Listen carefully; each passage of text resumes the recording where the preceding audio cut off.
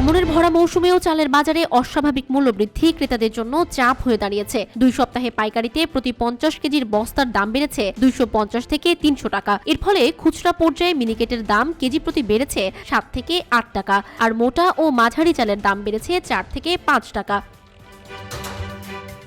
বাজারে গুটি স্বর্ণার দাম কেজি প্রতি 52 টাকা, পাইজাম 58 টাকা, মিনিকেট 72 থেকে 78 টাকা এবং নাজির শাইল 75 থেকে 80 টাকার নিচে মিলছে না।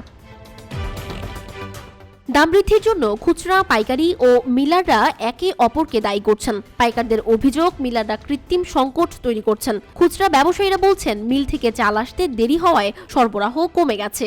অন্যদিকে মিল মালিকরা দাবি করছেন ডলারের উচ্চ মূল্য ও আমদানির খরচ বৃদ্ধির কারণে স্থানীয় বাজারেও এর প্রভাব পড়ছে। এক ক্রেতা বলেন, মাসিক বাজেটে বড় চাপ পড়ছে, চাল কিনতেই হবে, কিন্তু দাম এত বেড়ে যাওয়ায় ব্যয় সামলানো কঠিন।